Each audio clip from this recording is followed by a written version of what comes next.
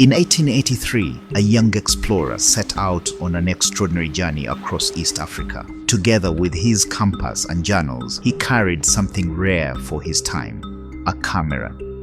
Along the way, he wrote vividly about his encounters: bustling markets, spectacular landscapes, communities rich in culture and craft, and he described taking photographs, a revolutionary way of preserving expedition records. But here's the curious part. When his account was published, these photographs were nowhere to be found. Instead, readers were greeted by hand-drawn illustrations, attentively detailed, as if traced from life itself. So, what happened to those photographs? Where did they go? And why does it matter? The photographs he described capturing, they were among the first ever taken of East Africa's inland communities. Think about that.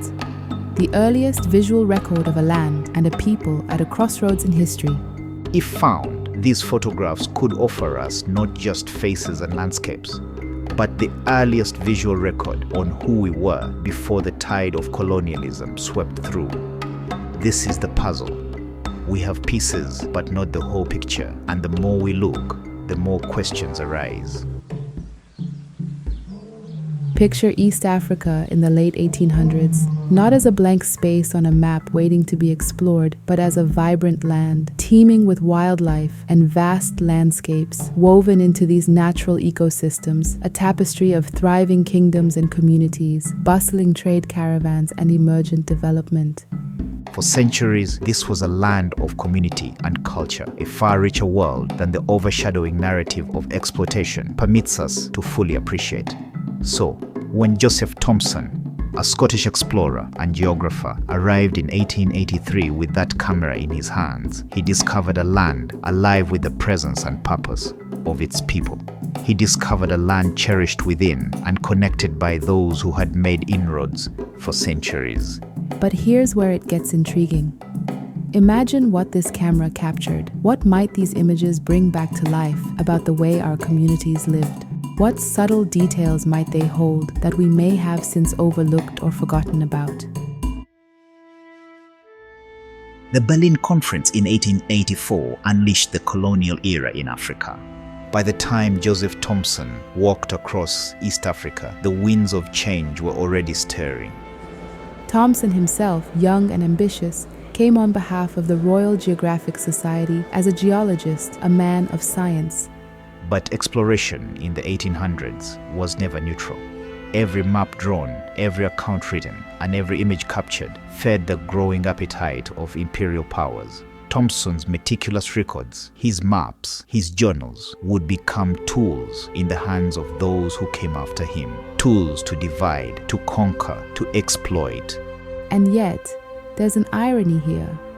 While his records served as instruments of colonization, the photographs he took, those vivid snapshots of life as it was, might now hold the power to preserve the very narratives they disrupted.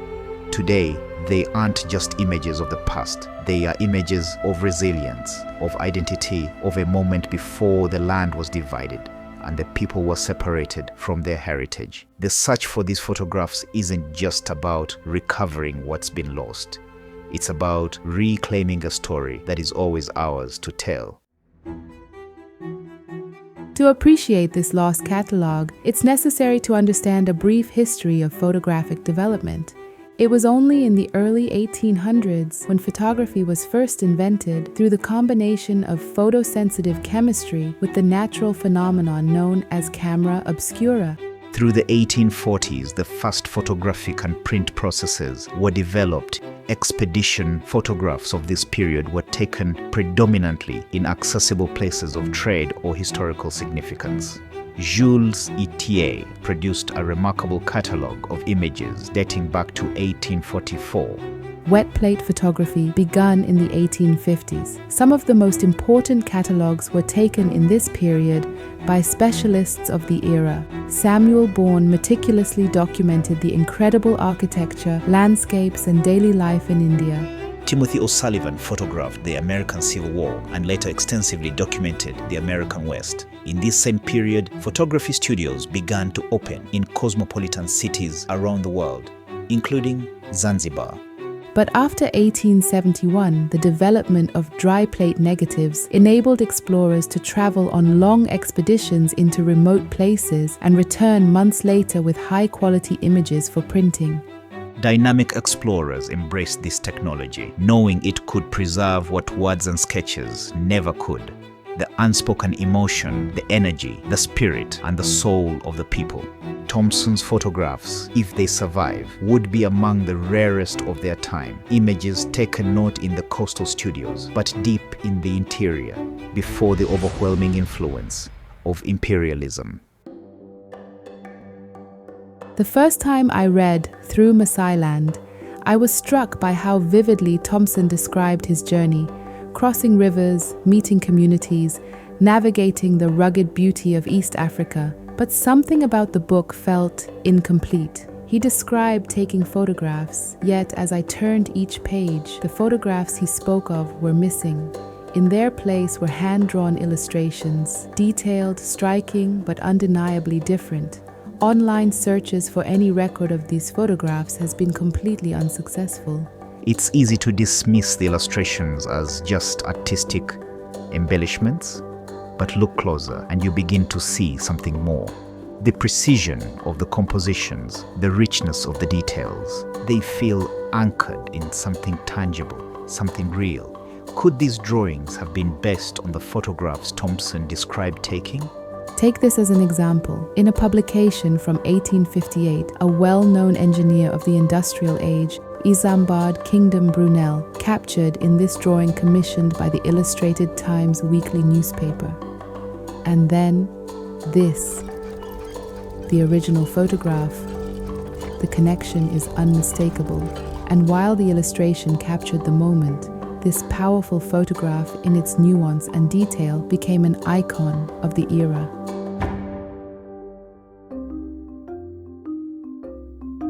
What might the original photographs, if they exist, reveal that even the most skilled artist could never replicate? Let's start with what we do know.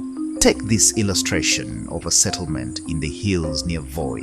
Thatched homes are arranged in clusters, framed by an open landscape. From the drawing, we see the shape of the structures and a sense of order.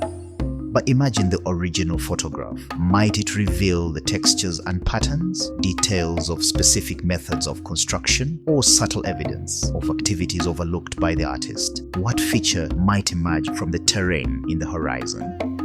Or consider this illustration from northern Kajiado. It shows a group of warriors standing tall with their shields and spears, adorned in intricate clothing. The drawing captures their distinguished stature, but the photograph might reveal subtleties, the patterns in their beadwork, the wear marks on their shields and spears, details that could open a window directly into this moment. This drawing of Mount Kenya's towering silhouette captures the majestic landscape, but the photograph would go much further, showing the interplay of light on the mountain snow and glaciers.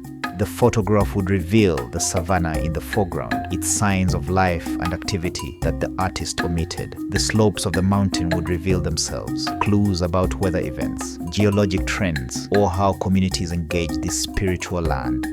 And then there's this illustration from Lake Baringo. Inspirational women depicted standing together, details blurred by the artist's hand. The original photograph would reveal the spirit of the moment, the fine points in their adornments and clothing. It might tell us about their activities on this day and their broader craft and finesse. This striking image of our women would resonate powerfully with the African soul, capturing both strength and unity in its essence. These illustrations, beautiful as they are, feel like a doorway. They hint at something richer, more complex, layers of history that are just out of reach. Each image invites questions. What's beyond the artist's perception? What's hidden in the textures, the expressions, the moments frozen by a camera but lost to us now? The illustrations span landscapes and communities, from the walled settlements near Lake Victoria to nomadic merchants in the northern Rift Valley. They reveal a breadth of subjects, individuals and families, markets and gatherings, tools and adornments, structures and spaces. It's a mosaic of life as it was in the 1880s, on the brink of change. And yet, they are just that, suggestions.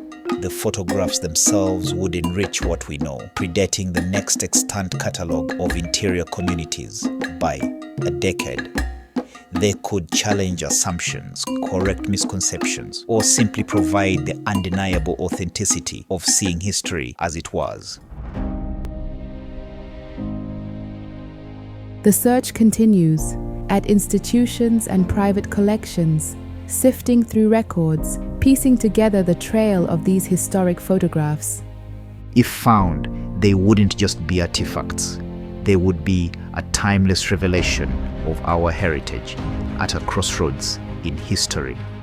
This is more than a search for lost images. It's a chance to revisit this period, to expand what we know, and to preserve it for future generations. These truly extraordinary visual records do not belong in the silence of forgotten archives. They belong to the land and communities they depict. Join this conversation by visiting the links in the description below.